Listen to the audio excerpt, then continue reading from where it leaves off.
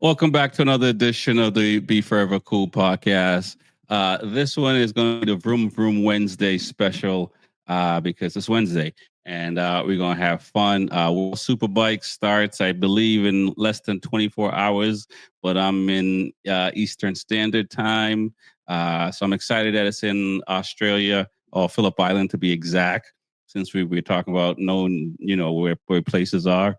I'm going to bring the crew in for tonight. It's going to be a fun night because, some people just know what they're doing. Bobby Shakes, welcome to the show, man. How you doing tonight? Pretty good, man. Rexy, how you doing, man? What's going on? It's going to be a good one. Man, I'm tired. I'm tired, Shakes. You know what I mean? I'm not going to lie. I'm not going to lie. Doing what? Staring at the Ducati? I mean, what are you tired from? What are you tired from? What can you possibly... It could be that, man, but I feel like what is it? The Price is Right on these shows that you're doing multiple filming in a day. Listen. This is the violin playing your song, my friend. When you talk to me about editing content, this is it. Every night, 5 a.m. This is me. This is your violin. So get off the hamster wheel. I brought a hamster wheel just for you.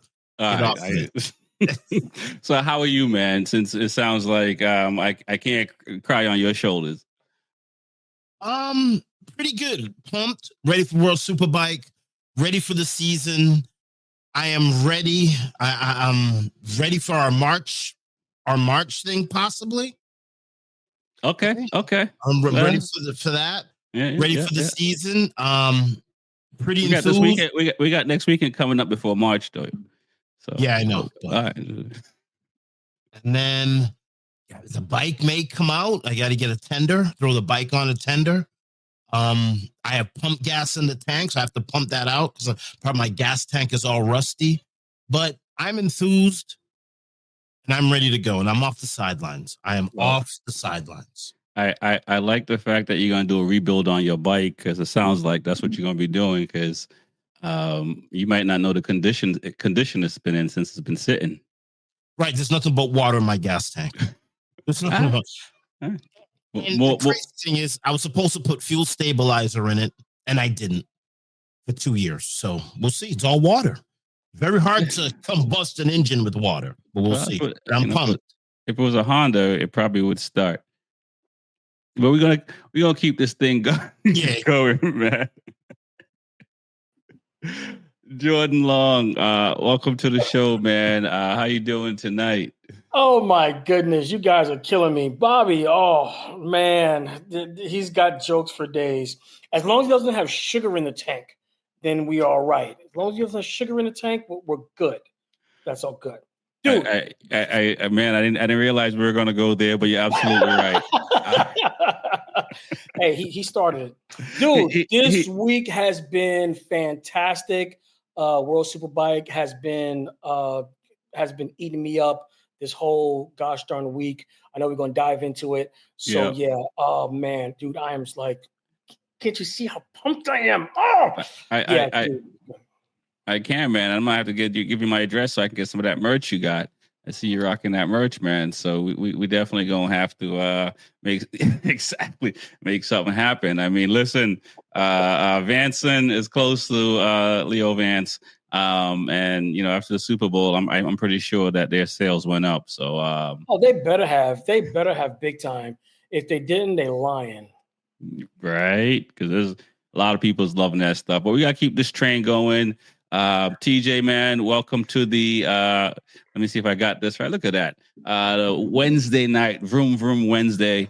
We're going to have to get a DJ here, start playing some dancehall music. I know Shake says he wants to volunteer, but he too busy, I believe, to break out the ones and twos. But we'll see what happens, man. How you doing tonight?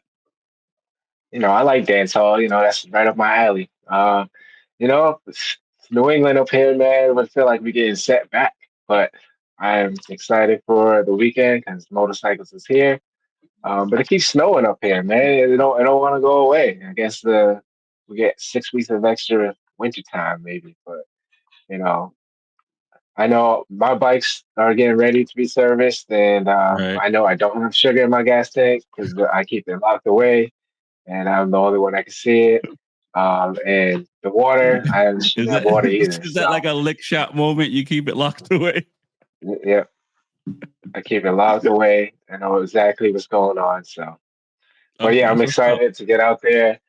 I don't know when the snow's gonna melt because it's like freezing cold up here. So like, I don't know. Hopefully, we yeah, might be man. getting more snow. But Yeah, I'm hearing about it and dealing with it from a distance, and even New Hampshire even got more snow and stuff like that. So I don't miss it. I tell you that much. I do not miss it, but it's interesting because the snow for the last few years we've been kind of spoiled. We're not getting a lot of snow, so I gotta assume right, there's some people beside themselves up there.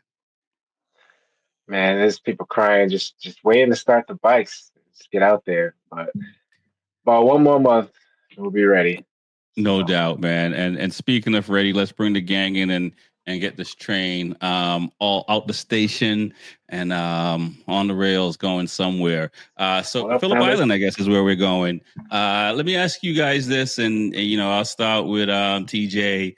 Who you've been following MotoGP for a while now and stuff like that, and World Superbike as well. What are your thoughts about Phillip Island? For me, it's a bucket list track that I love to do a track day on. Definitely not going to try to race unless it's like go karts or something like that, or a Grom or something small. But what are your thoughts about the Phillip Island track compared to a lot of these MotoGP tracks that you've seen? I mean, Phillip Island is one of a kind for sure. I mean, it's like a roller coaster. It's right on the water. There's a lot of curves, but there's one thing I've noticed about this track is the way passing can happen. It's very tight. It's more of like a formation, if anything. And if you have a chance to pass, it has to be the time. It has to be right, and usually a certain corner. But Right. it's a fun Unless you're track. Alex Lowe. I think it's a really fun track. Alex Lowe is definitely. He'll take you on the outside. Yeah. I do know there's a lot of birds that fly on that track too. So, so he only had before his head-butted one. So Yeah, it's an interesting one. So Yeah, that's the part that's crazy, man. The animals and birds that are on track and sometimes cause a red flag and stuff like that, but just a deterrent more or less. And it's part of racing. It's not. You'll see other sports still. Well, if it's if they at a certain point in the track, they will do a red flag, for sure and clear it up. But it's very different. Jordan, what are your thoughts on the Phillip Island track? Is it a bucket list track for you, or it's just not fast enough? Absolutely a bucket list. I mean, I'm gonna mention one name, Casey Stoner Corner. I mean, come on now, really. I mean, just think about that. I wouldn't be doing it on no go kart because I don't think they'll allow a half an hour lap. I'm sorry, Right. ain't gonna happen. But yeah, I would love to do not just a track day over there, do a couple track days and learn that line. I've heard. I'm not going to say who I heard it from, but I heard from some really, really, really, really, really fast guys that last corner is actually two corners, actually about two or three corners in one, and you really have to line that up. And imagine Right, going yeah. 180 miles an hour, 190 miles an hour, fourth gear, I think that corner is on a superbike, fourth gear, that's going well over 100 miles an hour, and trying to link that together Right. is not faint of heart. So definitely a bucket list track of mine, besides Coda, and Italy. All the tracks in Italy are gorgeous, beautiful. Mugello. Oh my goodness, I can go on and on and on about the tracks in Italy, but Phillip Island is definitely one of my bucket list tracks that I would. I wouldn't say cut my left leg off, but I maybe take a pinky off. You can take a pinky. I was gonna say give up your youngest born. I don't know if she'll allow me to do that because she's over here right about now. So yeah, but you can take a pinky. Take a pinky. I'll definitely lose a pinky and be on that track for a full weekend. Definitely bucket list. Okay, Lorenzo. You know what I'm saying? The Lorenzo corner too. Yep. Jerez. There's a Miller corner. I was more talking about him losing a part of his finger, but yes, he probably has a corner named after him too. Definitely. Shakes, man. Listen, man. I know I haven't seen the Harley Davidson series go to Phillip Island yet, so I know that track might be kind of too fast for the water boat that you have, but what are your thoughts on Phillip Island, man? Hey, listen, it's all about the ride.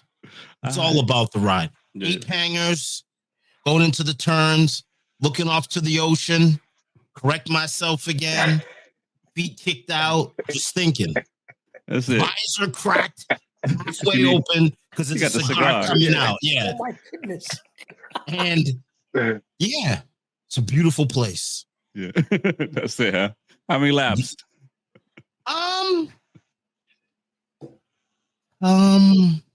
Till the cigar goes out. The cigar goes out, and you know what? This is no. This is real quick. I may have distant family in Australia. All right. Hey, let's go. So that track, honestly, next year it's not going to be a bucket list. I think we're going to ride it. We're going to ride it. All right, that's what's up. Well, we're going to ride it next year. Let's jump into it because testing just finished. 2 days of testing, I believe. Might be more, but I think it was just 2 days of testing. TJ, I mean, do you think that we should pay a lot of attention to testing? I mean, we saw in SuperBike, it looks like Bulaga, did everything the whole weekend. It looks like Alvarez coming into his pace. One BMW, one Kawasaki, and a whole bunch of Ducatis. Are we paying too much attention to testing? Because that's not going to tell us the whole season. We want to see the improvement on the new rides. So you kind of do pay a little bit more attention to the testing and the results. But I honestly don't think that can tell you who's going to win the championship because, as you know, as the season goes on, a lot can happen. Actually, a lot will happen. But I think we do pay attention a little bit too much to testing, but I think it's a good thing. You want to see what riders are capable of on either a new machine or new parts that they've been put in place. But I think they should lower the amount of time they should be on the bike, especially if it's your top rider. I think that's what you got your test riders for. So I don't know how many laps they're putting out there, but you see there's been some injuries. Okay. You want the stunt riders and to come in and do their part. You don't want to do all that. You don't want to be Jackie Chan or Tom Cruise. You do go out there. And, I mean, you get your feel. But like, how many laps do you really need to figure something out when you got a whole season ahead of you? Right. I mean, they're paying a test rider, so he might as well go earn his money, right? I get that. And I mean, I think with World Superbike, well, they do a lot of racing over the weekend. The 3 races over the weekend where MotoGP is only 2 right now. So there may be some science to that in the sense that it probably would make sense for them to just cut down on laps because they're doing 3 races a weekend. One is a sprint, but it's still 2 full races.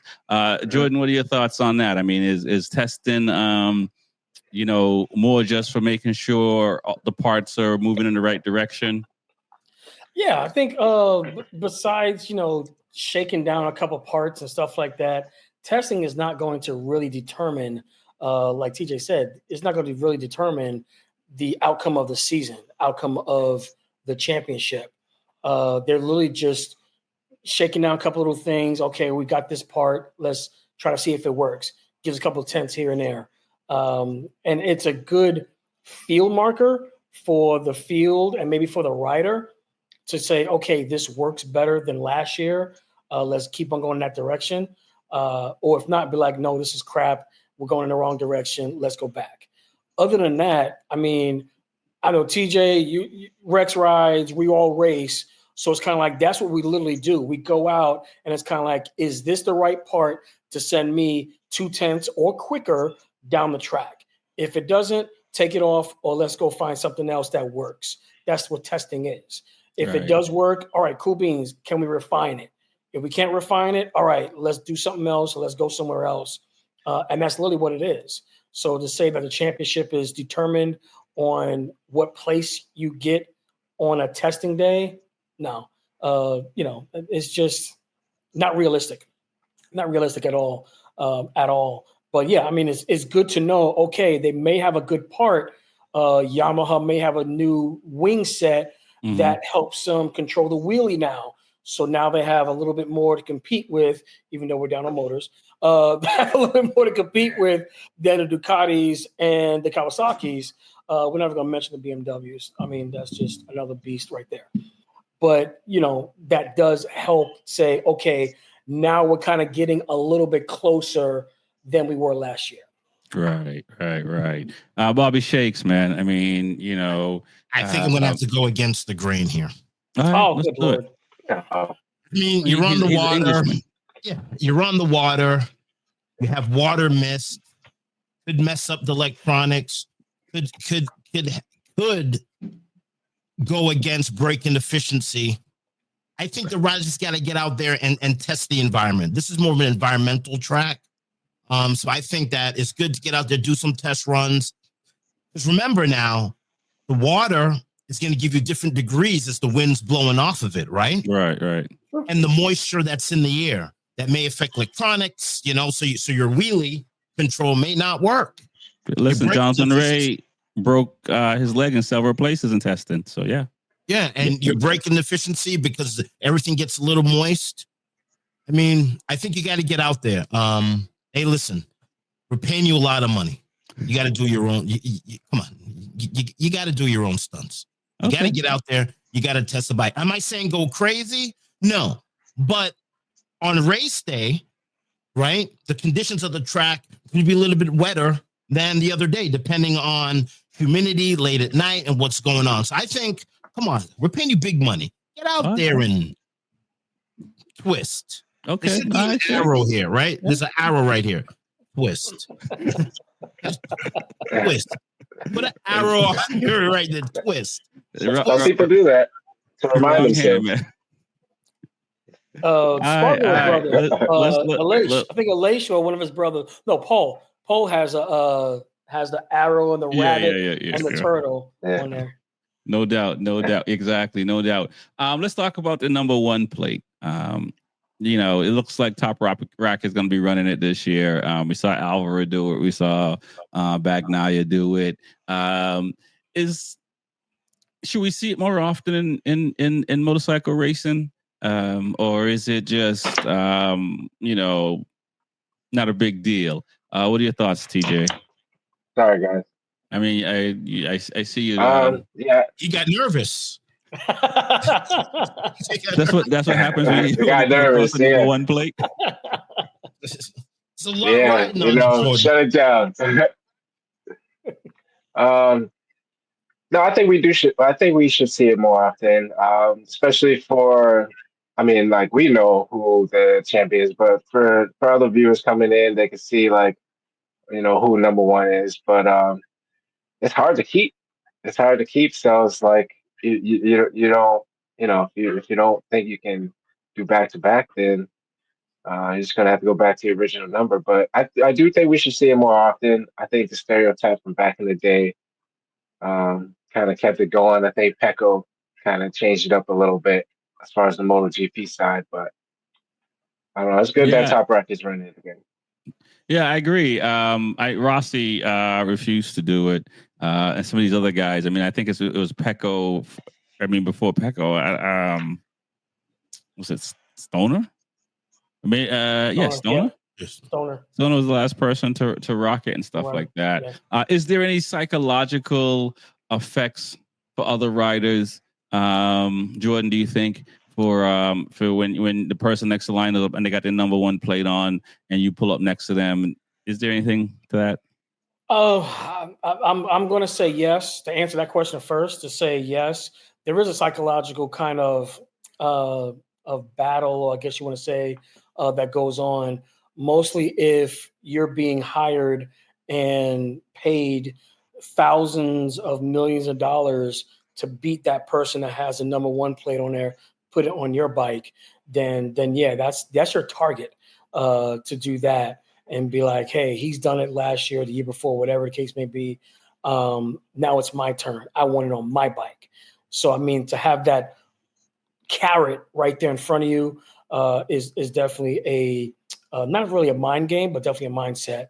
Right. But I wanted to also highlight that, like you said before, Valentino didn't put the number one plate on his bike for the number one fact that he wanted every rider to know, or spectator, not just riders, spectators to know him.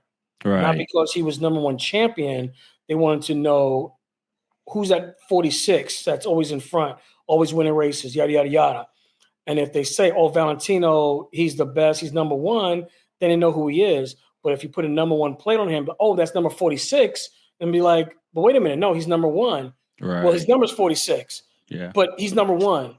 And he didn't want that. If everybody knows that, that's the main reason why he didn't pick up the number one plate. Yeah. He wanted everyone to know, that's my number. I'm keeping that number. Even if I'm world champion, I'm still number 46.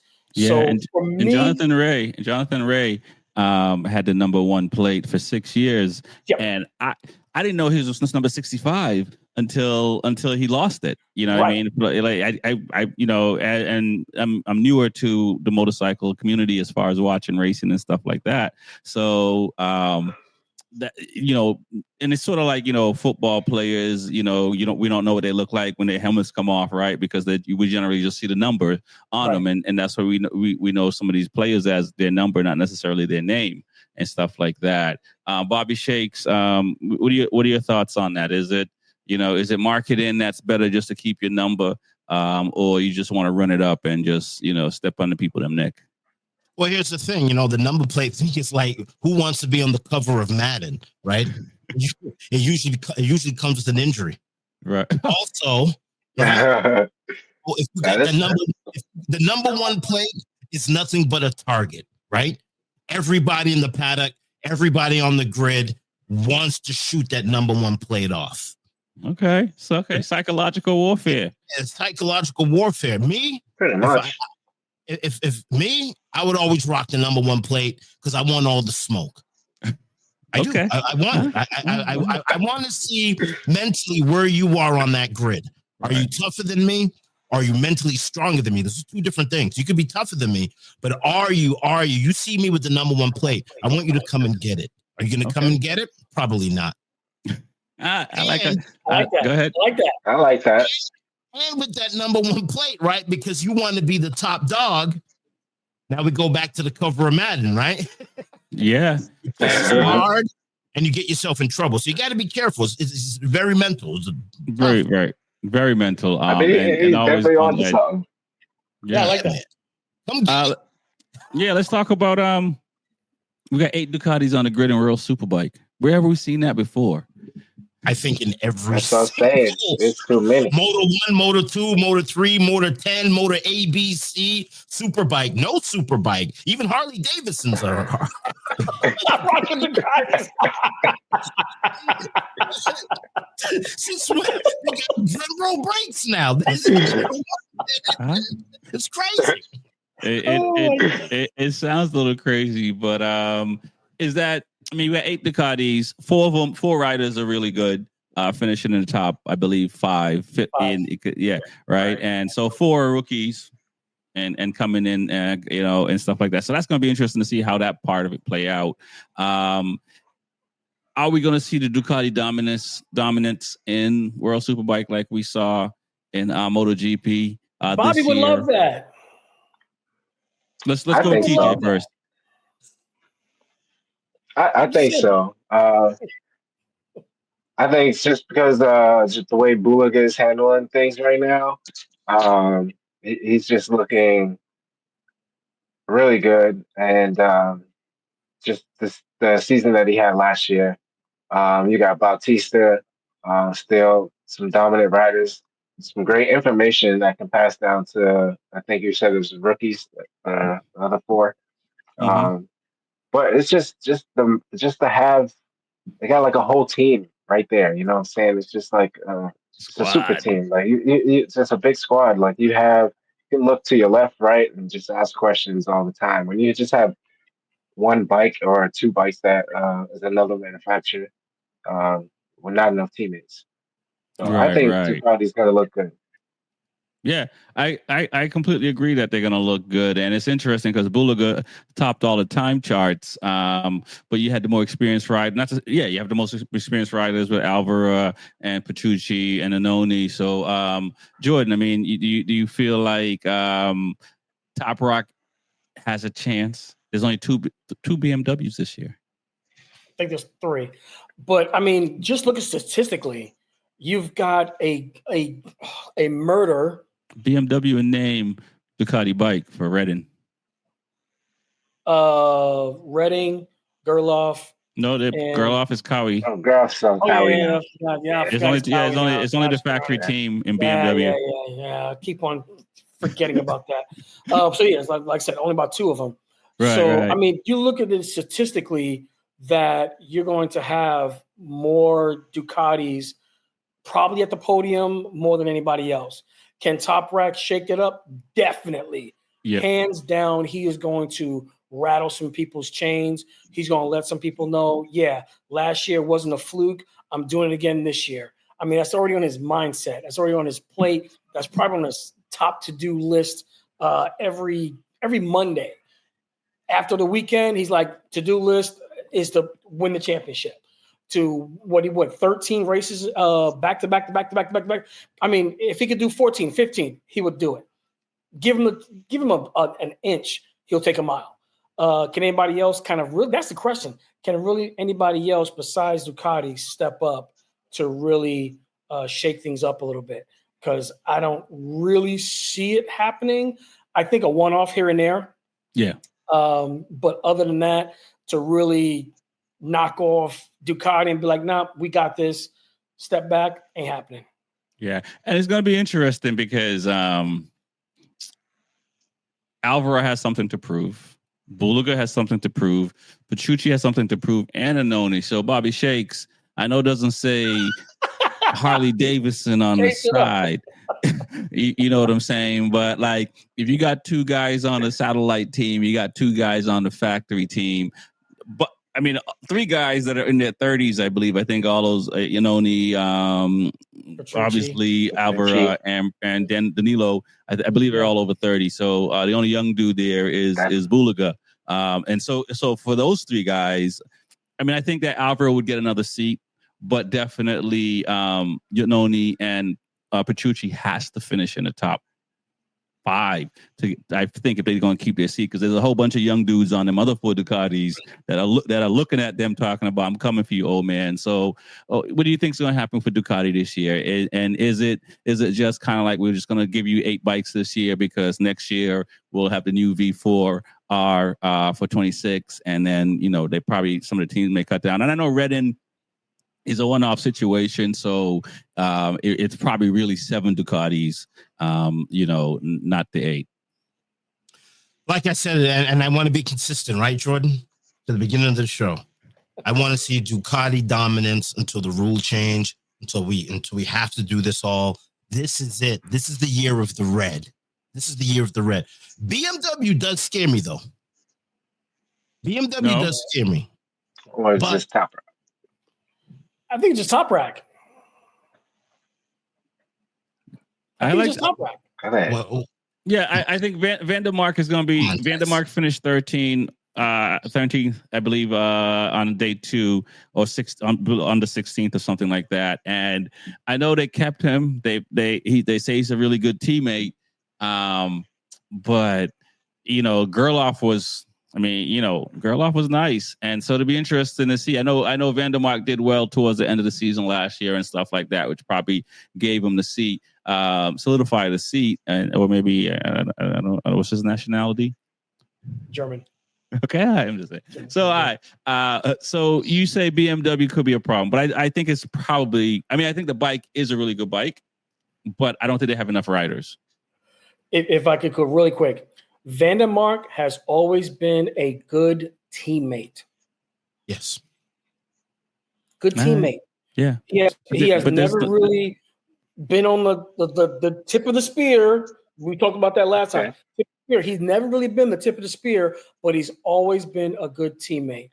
For that, Right. I mean, you're not going to win championships with a good teammate, with somebody who needs to be cutthroat like Petrucci and Bulaga, and who wants to win races. Right. Good teammate, fine, great, and Danny, help block whoever else. But win races, I haven't seen him. I don't see it. Yeah, that's the unfortunate side. And I know we've been talking about Ducati and BMW like that, Kawasaki a little bit. But who has more to prove, Yamaha or Kawasaki? Let's start with TJ. I mean, I think Yamaha has more to prove because they've won before, so I think they have more to prove. Yeah, they stopped the I said they stopped the Jonathan Ray train. Stopped Yeah. So they definitely stopped that run. So, and I definitely think they have more to prove. Kawasaki is still on their way up. I'm excited to see Gerloff's debut. To see what he can do on the Kawasaki machine. But I do think Yamaha has more to prove at this point. Okay. What are your thoughts, Jordan? I think I'm going to go the other way because we know that Yamaha can, if they not just get a good rider, they got to squeeze a little bit more out that motor. We know that, the corner power of the Yamaha has always been superior. Even we know that the Yamahas have always had corner speed, corner power, but they always lacked a little bit in top speed. And that's almost besides the point. They've always been known for that. So yeah, Cowie, I think they're going to have a little bit more to prove because they really haven't been at the tip of the spear. They really haven't been winning race after race after race after race. They've always had a one-off. If something happens, then they happen to slide in there in a podium. Then that's when they jumping up and down. Because I would jump up and down too if I got a podium and the first 2 or 3 riders crashed out, had a technical difficulty, blew a motor, et cetera, et cetera. I'm really showing my my knowledge back there. But yeah, just like I think they have a lot more to prove than Yamaha. Got you, Bobby Shakes. What are we saying? I mean, are you just saying? Say anything? You got Team Green in the back. Yamaha, tip of the spear. I'm stealing Jordan's tip of the spear. Honda, tip of the spear. Ducati is proving themselves to be the tip of the spear. Who has the coolest name? Ninja. I mean, come on. Kawasaki, it is time to prove yourself, right? Yamaha could cruise. All the other manufacturers could just cruise. Even Ducati could cruise. Kawasaki has to show up and be dominant. This is it. I mean, this is it. So what's going to happen now if they don't dominate now with the last couple of years of the rule changes and the new development? If you don't gain ground now, then what happens when they hit the reset button? Right. I mean, and that button has already been hit as far as World Superbike is concerned because BMW and Ducati is definitely starting to put a gap between the Japanese manufacturers. Yeah. I don't know if everybody remembers a couple of years ago in MotoGP, before they changed the rules 3 or 4 times, Kawasaki literally left MotoGP because of lack of development. Right. They had crazy stuff going on that they couldn't either control or they couldn't keep up with the times. And then next thing you know, they're left out in the dust. Yeah, man, and that's pretty wild. And so, do you think they're having that much trouble that Bimoto had to come in and take on 2 bikes because there's only one full Cowie bike, and that's Gerloff is on that. The other 2 bikes are just Kawasaki and Ninja. Yeah. What are your thoughts, TJ? Yeah, I mean, I think they need more bikes out there. I mean, Kawasaki. I'm just looking up the list of how many Yamahas are out there and how many Kawasaki's out there as far as like teammates. Because like Jordan was saying, if Kawasaki has more to prove, they just need more help. I mean, I didn't know that. That's why they stepped away from MotoGP because of their lack of input. So that's interesting. Okay. Yeah, it is. It's very interesting to see what will happen. I mean, the bikes look good. Alex Lowe feels pretty good on the bike. I mean, I think he was in the top 6, and I think he's a rider that will he pretty much does well at Phillip Islands. I don't know how it's going to be last year. He kind of dropped off a little bit and had a lot of crashes and stuff like that. But I don't know if anyone stood a chance with Top Rock. It looks like Jordan's still frozen. So we're going to wait till Jordan gets himself sorted out. Bobby Shakes, what do you think about that bimotor project with the Kawasaki Listen, engine? They have to improve. They have to develop something. They have to put something that's powerful on the grid. It's about time. And there's no more excuses for Kawasaki. Absolutely none. I'm not giving you any more excuses. We need a motor. We need a frame.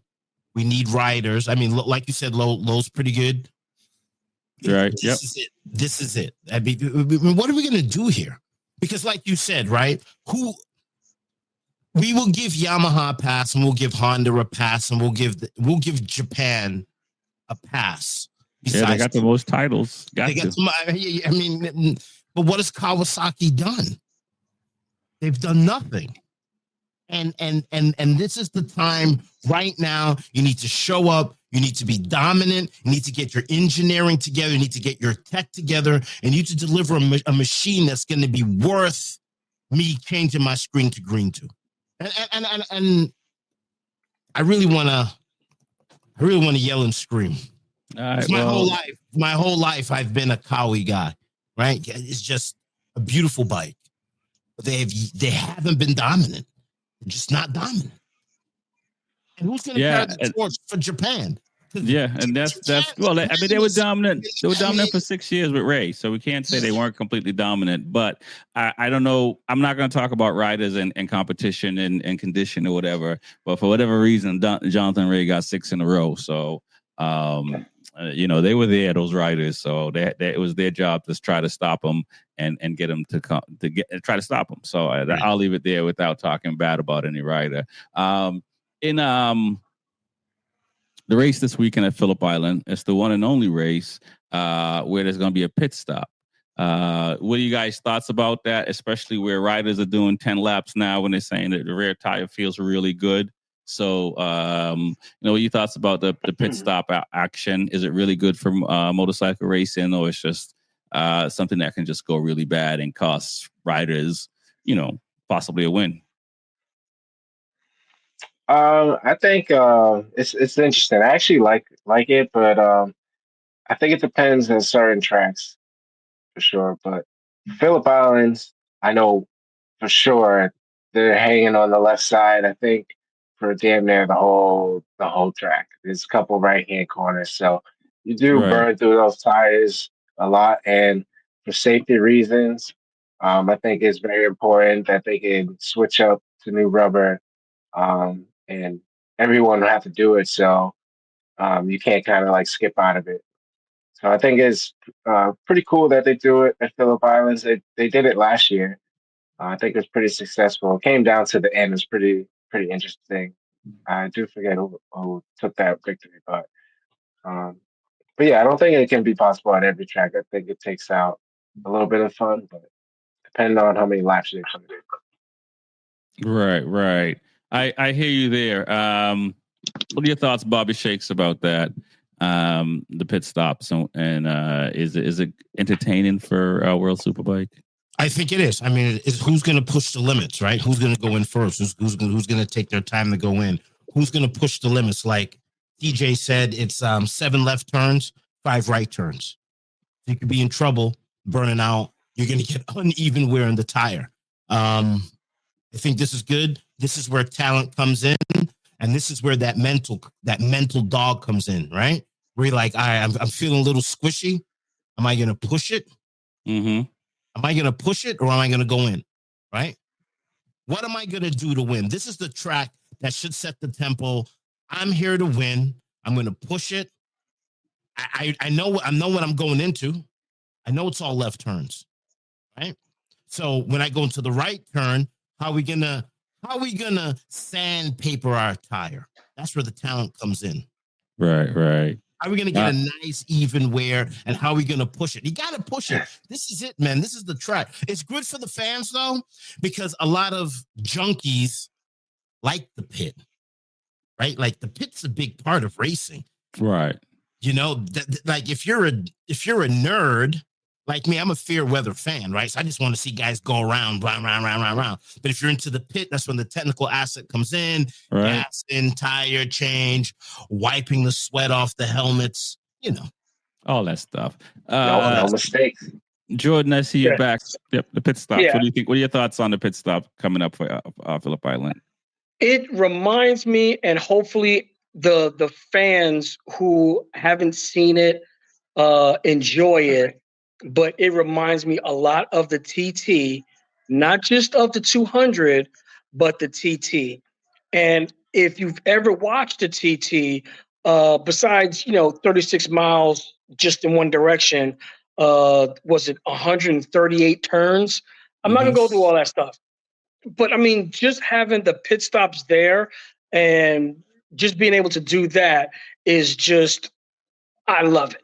I love it. I'm glad they're doing it. I'm hoping to see more of that besides just the 200. And now with World Superbike doing that, I mean, I hope that other club races and national races does more of that so that we can see the endurance level, the fatigue, and the attrition level kind of go up.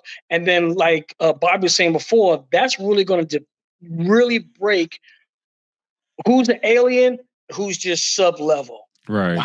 If you can do that, yeah, we need to get you up here to the big dog, to the big places, and then elevate the next generation. But if you're just doing a regular old 8 laps, anybody can freaking do that. I can do that, and I'm fat and overweight. But if you put that element into there, then yeah, you're changing the game. Okay. That's what's up. I like that. Jordan's ready to go. He's ready to go. He's definitely ready to go. I do like the pit stop though. I do like the pit stop to see who would go in first. You gotta know how much gas you need, and it's a fun time to watch for sure. Break the monotony. They should make it should bring some endurance racing out there, or just a little more laps where it allows them to do the pit stop change and not, like you said, like a 20 lap race. I mean, they have to do it here. Phillip Island is proven that a lot of tires burn out and people crashing. So. Well, they also say the tires getting better from the riders, so we'll see what happens. Before we move on to World SuperSport, I'm gonna go around the group and tell me who's winning this weekend. Race 1, race 2, and the sprint. Man, let's see. Top Rack is definitely winning one of the races. Not sure which one. I don't want to say it's the sprint, so I'll say Top Rack will be a Saturday guy. Sunday, I think it's more be Ducatis, with probably Buliger winning the sprint and probably winning race 3. Okay, Jordan. I like Buliger right now. I'm liking Buliger too. Last week I talked about him possibly making the first crash. So I do like Buliger, and I don't know if you said SuperSport. Are we still sticking with SuperSport? No, I'm talking about SuperBike, and then we're gonna go to SuperSport after we get around the circle or square. Believe it or not, I think Top Rack, I believe TJ, when they said, I think Top Rack's going to get one of the two races. I'm thinking that Alvaro's going to get the other one. For the sprint, that's where I'm kind of figuring out who's going to grab it, because I've seen Jonathan fight like a dog for it. I've seen what's his name? I can't remember his name right about now. Top of my, there's about 4 or 5 riders. Close. Petrucci. Alex Lowe's. Yeah, Alex Lowe's. Alex Lowe's. He fought for it, and he fought well for, like, I think a second place, something like that. So I'm really up in the air with the sprint, because I'm gonna pull it out my butt, and I'm gonna say Alex for the win for the sprint. Okay. Bobby Shakes. Gonna go Alex. I agree with everything Jordan said. I'm going with Alex. I mean, why am I green? I mean, I'm not gonna waste electricity. I don't know why you're green. Tell me, Elf. I'm green with envy here. I think this is it, and it's a long shot, and we all know it's not gonna happen, right? But we're just talking semantics, and we're talking. Yeah, what is that word I'm looking for? Out the side of your neck.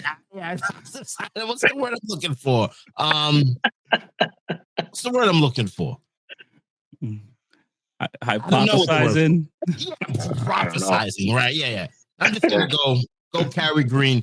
We all know it's gonna be Ducati weekend, BMW second. But this is a fun show. We got to break the monotony, right? With the status quo. You guys. Let's go, Mr. Lowe.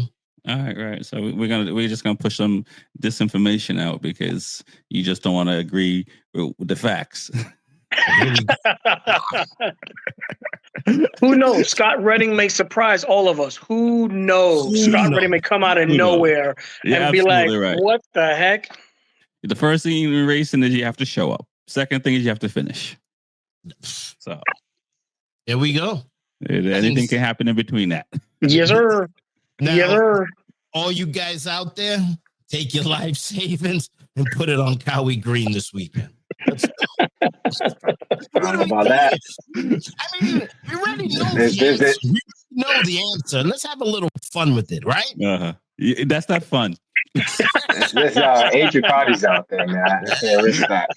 There's 8 Ducatis. You have fun with it, right? Listen, don't be a follower, TJ. Cowie Green. Somebody's coming home with a nosebleed, and you can't send out 3 Cowies to go fight against 8 Ducatis.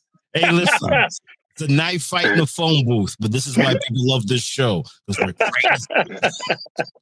A knife fight in the phone booth. What do you want from me, Cowie Green? Let's go. That's a fast phone booth, man. Yeah, it's a very small phone booth. Very small. Very small phone booth. And call girl off and see if he can pull out magic. Oh man, listen, I'm rooting for Garrett. I'm rooting for him. Yeah, definitely. Yeah, I think we all are. I mean, not being from Texas or nothing like that. Like I said, I've seen Garrett come up in the ranks, running with Jake the Snake and learning from Josh Hayes and stuff. So, I mean, I've seen him come up, and just to see him do what he's done at such a high level at such a young age, I guess you want to call it. You know, I'm definitely, I think we're all rooting for him. We just can't wait for him to get that final little he needs to get past the top 8, top 10 that he's always been in, and just really just get up front. He's a Ducati. I think if he was on a Ducati, he would be up there. And, really? I think so. And I give him a lot of credit because I'm pretty sure he can come back to Motor America anytime. You know what I mean? And we know he can. So let me ask you a question. So you're talking about if he was on a Ducati. So now you're saying it's the bike, not the rider. Drum roll. Well, in the case of the best bike on the grid, and I think I don't know if the BMW was the best bike on the grid last year. I think Top Rock just wrote it like it was the best bike on the grid, but it's pretty safe to say that the Ducati is the best bike on the grid.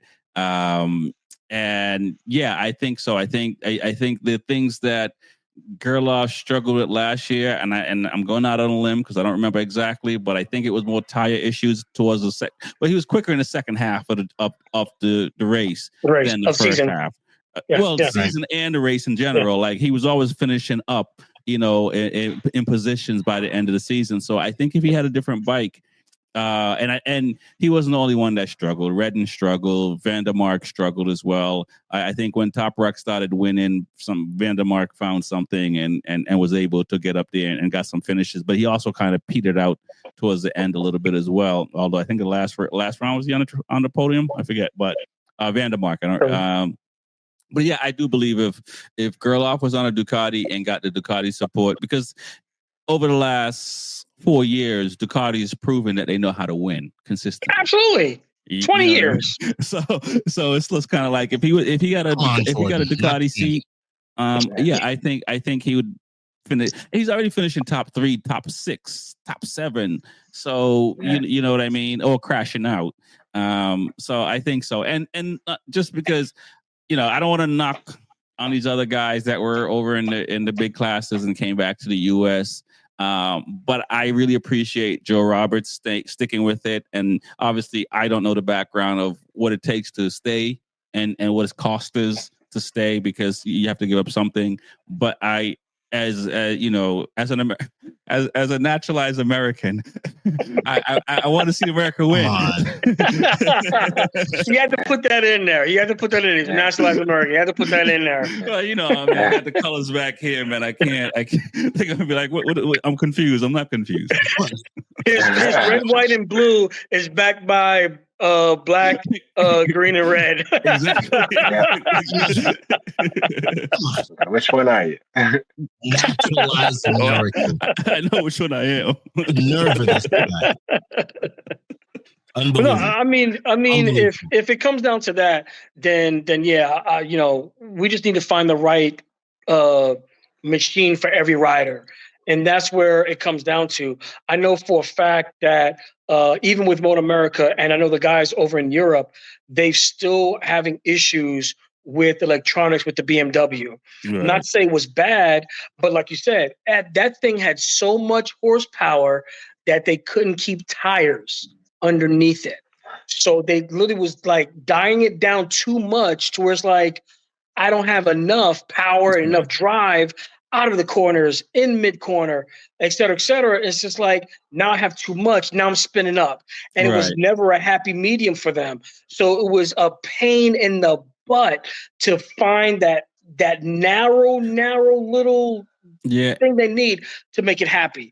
And like I said, Toprak just finished right through everything.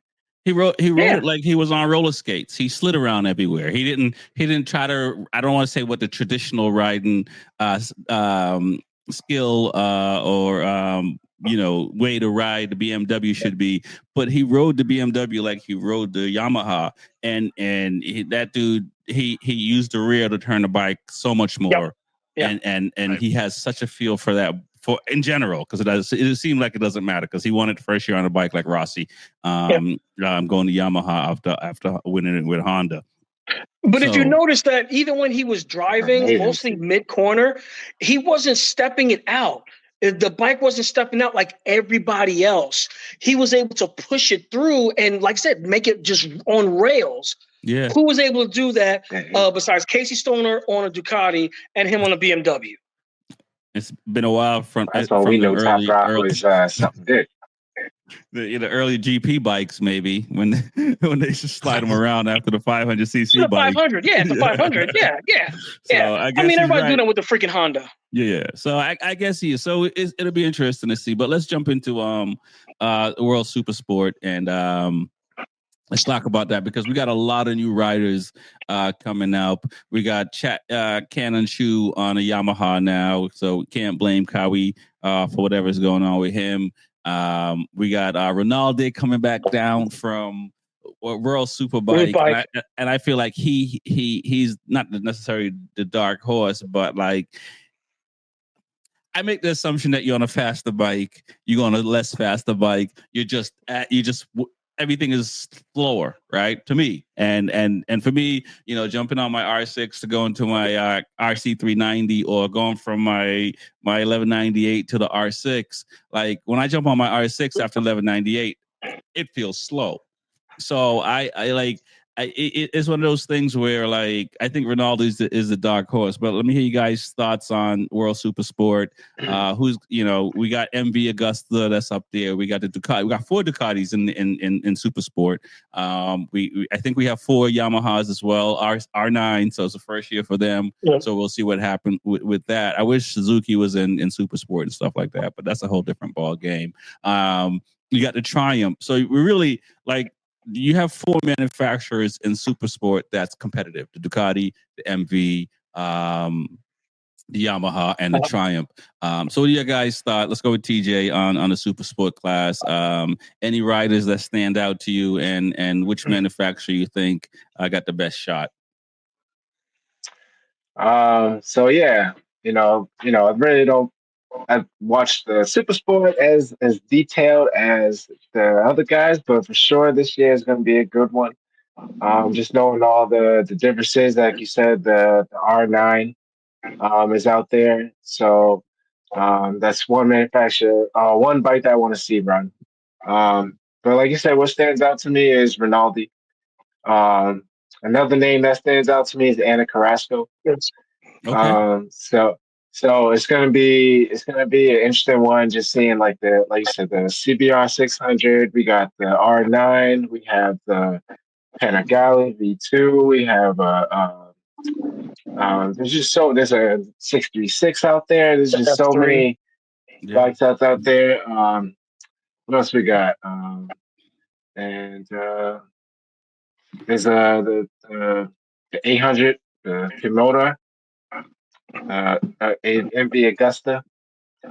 So yeah, this is gonna be an interesting one out there. So, but those 2 names definitely jump out to me. Anna Carrasco, after seeing her run in the women's league, WCR, and, the WCR, and she's a really good rider, as we know. And then, like you said, the dark horse Rinaldi going down into Supersport. So, want to see how he can manage to stay up top if he can. All right, Jordan, man. I mean, we heard TJ's list. How about Lucas Myers, and we got German Massia coming from Moto 2. We got a few guys coming from Kaita Tobe coming from Moto 2. It looks like a stacked class. Antonelli, I think these guys were in Moto 2 at one point. Then you got the old heads like DeRosa. You got Marshall Schroeder that came over. He was on MV for a little bit, and now he's on a Ducati this year. What are your thoughts on the Moto 2? On the Super, it's different names, same kind of bike, pretty much. I was just about to say that it is literally like a Moto 2 on a smaller. I wouldn't even call it a smaller bike. Different chassis. Yeah. I mean, you put what the Moto 2 had the Kalex chassis. A 765 Triumph Triple, and they're running the 765 Triumph Triple in Supersport too. I mean, so if you really look at it, it's literally I would want to look at it as a manufacturer race, not really a rider's race, because like I said, half the field is Moto 2. Yeah. So it's kind of like, okay, who from Moto 2 couldn't get a ride or couldn't afford whatever. I'm not going to get to all that stuff. And they decided, okay, let's jump on this manufacturer ride here and let's go race. Let's continue our racing program. And I think that's literally what it did not say dumbed down to. That's literally what it comes down to. It's like you've got all these guys over here, very little from British Supersport, not even the World Superbike. You got a couple guys from World Superbike and a couple guys from MotoGP. And just coming down is just kind of like, they didn't have a seat for me here. You have a seat for me here? All right, let's go racing. Yeah. So, I mean, it's literally going to be a manufacturer's battle because everybody else has been battling with each other for the past 3-4 years. Right. So I want to see MV Augusta come back and really start, not say dominating, but really, because they've got a good pedigree, but they've never had a lot of good, solid riders. push them to the next level. I would love to see them. They've always made beautiful bikes, just like Ducati. People thought the MV Agustas was Ducatis, and it's kind of like, no, it's not. So just to differentiate them and really have them stand out, Ducati and MV, I mean, that'll think of the a really good look for the Italian companies. But like I said, that's just my little take. Love to see a pro year back in the mix. I ain't gonna lie. Bobby Shakes, who has it harder? The Moto2 guys, or shouldn't say harder. Who's more hungry? The Moto2 guys. We're not sure why. I'm not sure why they left Moto2. But there's a gang of them that moved over. Or the SuperSport guys that maybe came from the US, that maybe came from BSB, maybe came from the Australian leagues and stuff like that. Who's more hungry? I look at that as like a demotion. If you're in Moto2 and you go to World Superbike, I look at that as a demotion. And I could be wrong, but that's just how I look at it. And I think a lot of the World Superbike and SuperSport guys, they want to get to MotoGP if they could. They want that's where everybody wants to go. And so who you think is going to be more hungry to show that they're the best rider in the SuperSport class? Well, I'm kind of mad that you just glossed over my triumph, and I didn't get a chance to use my English language here. My bad. I'll keep it moving. Obviously, it's the Moto guys, right? The Moto guys, they try to get to the next level, right? Right, but they can't. So I would think that they're the ones that's the most hungry because, like you said, it's a demotion, right? Yeah. So there we go. I'm pretty upset I didn't get to camp on my triumph guys, my triple guys, but it's all right. Well, I'm not afraid of ice like you are when you said that you're American citizen. That's fine. Shots fired. Listen. It's against the law for y'all Brits to be afraid. But to stay on topic, I would say, like you said, Moto2 is definitely. Right. That's like AAA, right? Yeah. You're in the majors, then you go to AAA. Right. So, all right. So, do you think these guys are walking around like I shouldn't be here, I don't belong here, and maybe not put the same energy? Because we've seen a few. Baltazar, I think Baltazari. We've seen him kind of fizzle out. We've seen some other riders. The first, I would say, group of guys that started coming over because we really started. To me, I started seeing it like 3 years ago. So there's some guys that have kind of lost their way, and I don't know why. That's kind of why I'm asking that. Is it where the other guys that are coming up that they may still believe that they can get to Moto2 or MotoGP. I mean, like you said, it's tough, right? When you're here and you drop, like you said, where's your mindset? Yeah. Do I belong with the big dogs? Well, you were here. You are a big dog, right? It's not like you're over here trying to get the Moto to go to GP, right? Yeah, you're here, yeah. Right? So you got to get your stinking mind right, and you got to get to that next level. So it's obviously those guys, and we're not. I'm not like we're not going to shoot fires at anybody else, but if you're here, I meant to say, and you drop here, why can't you get here again? Why? What's the problem? Good question. Because I don't think the league is that forgiving. I don't think I've seen to this date a rider comes over and then goes back. It's when they're out. When you out the family circle, you out. The circle of trust is the best part of the season. Trust is very, very little. It's very little small. Once you're out, and there's no way you could get back in. I don't care how many China teacups you bring to the party. You're out. It's the best part of the season. I'm gonna say it's the best part of the season where everyone has a clean slate. Everyone's super happy to get on the bike. Race one. I think it takes third round, fourth round for something to go wrong with a team or a teammate, and then I think the pouch that we don't see, and this season just slips away. So I don't know. We'll see. and see if everyone can fight tough throughout the whole year, make a good season. Okay. All right. I got something real quick. You said something that you don't remember, and correct me if I'm wrong. I've got some old heads around here. I can only remember one name that went from MotoGP back down and back up. Okay, let's hear it.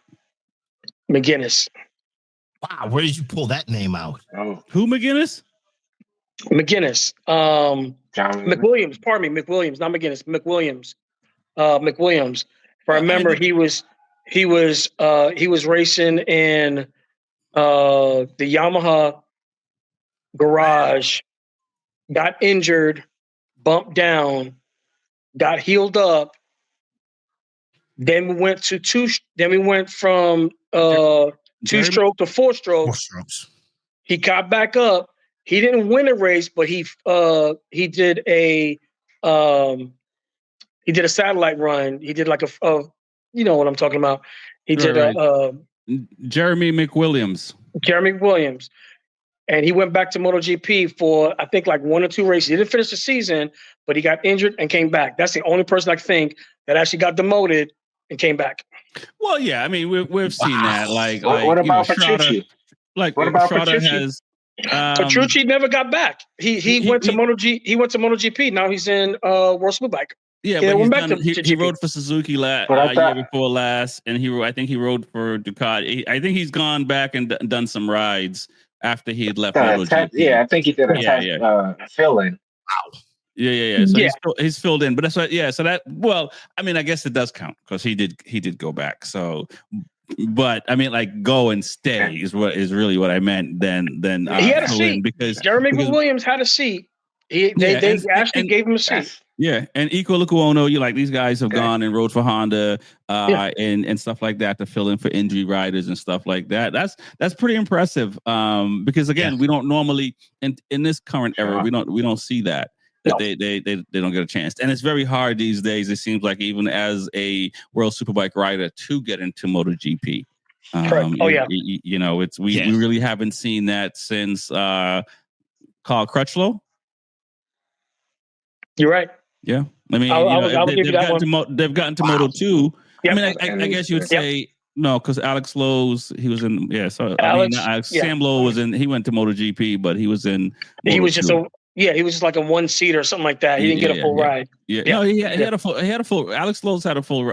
Sam Lowe's had a full ride for a year on the Aprilia, and then got pushed back down. He went back to Moto 2.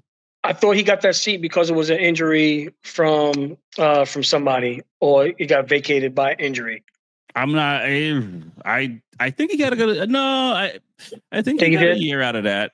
Okay. I think that's I think when nobody wanted it after Redden left, I think nobody wanted it, and I think Alex got it, and then not Alex, Sam. I keep saying that. Sam, yeah.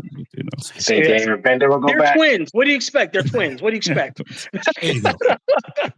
I mean, they had the same mole on their freaking cheek. So how can you tell a difference? Exactly. So that's so. You Which think is Darren Bender got demoted?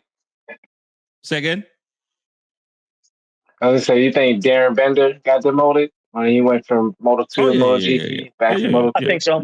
Yeah. I think so. Think he got a shot to go back? So. I don't think so. You think he got a shot to go back? No, I don't. Yeah. I don't. It's tough, right? Because when they ask you, I mean, there's a lot of you have to go because we see what happens when you don't go. When you look at some of these riders, I don't know who didn't go or who had a chance to go, but we could speculate that Joe Roberts had an opportunity to go and didn't want to go at the time when their Aprilia was bad, and we can and if that's true.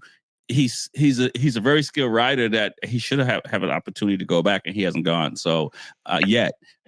So I think they hold it against you when you don't go. I think Joe. I'm not saying he lost his seat for anything, but he was very, very lucky to switch from American team to the American team. Altran. Was it Altran? And Altran. I mean, he was super duper lucky. because he got that podium and not the podium. He got the podium and the pole, which everybody was cheering him on for. And then after that, he kind of fell back into his regular self mid-pack somewhere. And it's kind of like, okay, what happened to you, Joe? It seemed like he was a one-hit wonder that everyone was kind of like, okay, Joe is not doing what he's supposed to be doing. So when he got the Altran ride, was kind of like, okay, let's see you do something with it. And then he, kind of did the same thing all over again, almost like a one-hit wonder. It was kind of like, okay, we know what he's got. Okay. And I don't know if that's fair to say one hit, man, because those guys are like a second and a half difference in time. Well, we know that. We had that conversation before. Like the top 20 are like literally within that 1 second. Within that 1 second. Yeah, so I won't say one hit wonder, but to me, I think that was good for him because I think going to the Italian team took him to a different level. He needed it. And I think this past year, if he didn't crash and break his collarbone, I think he would have had a different. I don't know if he would have won the series, but he would have finished a lot better in the series. And so if he can start the season like he started last year, I think he's going to be fine. So, and sometimes you just need that because you just need that challenge. You know what I mean? Sometimes the team isn't good enough for the rider. And then so you're at the mercy of that as a rider who's talented. And if you're Acosta, then everybody wants you. But if they're not sure what you're going to become, it's, I don't know how they choose, right? Because if you hear the Petronas guys tell it, they saw Quartararo in one race and they couldn't find anybody else. And it was just like, how about this guy? So I don't know if I want to be picked like that. and he got a world title, right? So at the end of the day, the fairy tale worked out, or the Cinderella story worked out for him. But that's not, you want to be everybody wants to be a Pedro Acosta. Yeah, I agree.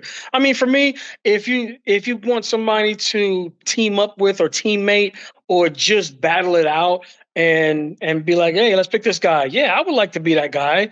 I mean, that shows that one, you can at least ride with the big dogs and ride with the aliens and be able to help them tune something in or tune something out for whatever that reason is. So it'd be like, yeah, dude, I'd love to be a test rider for whoever it is. Please look at me. I'd love to do that. So, I mean, not to say it's a bad thing, but definitely you want to be tip of the spear, or at least acquainted with either one of them. Some people aren't. Yeah, no, and we're gonna wrap this up. Let's shout out the sponsors, man. PJ, you're new. Come on. Got to shout out, my local shop, J&G Performance. Any type of bike you have, they can help service it, put it back together. They've helped me for years. Official Vortex. If you need some chain and sprockets, get some discounts through Official Vortex. Hideaway RV Rentals, which is you can get RV sent to the track and have a good night's sleep, so you don't have to get a hotel. And then Woodcraft Technologies for all the support and everything he's done for me at the track. Jordan. Oh, I got a lot of sponsors, man. I got a lot of love to give. I want to give all my sponsors some love. Here goes some of them. Bazzaz for your electronics, for any bike that you own. Doesn't matter if it's 2 wheels or 4 wheels.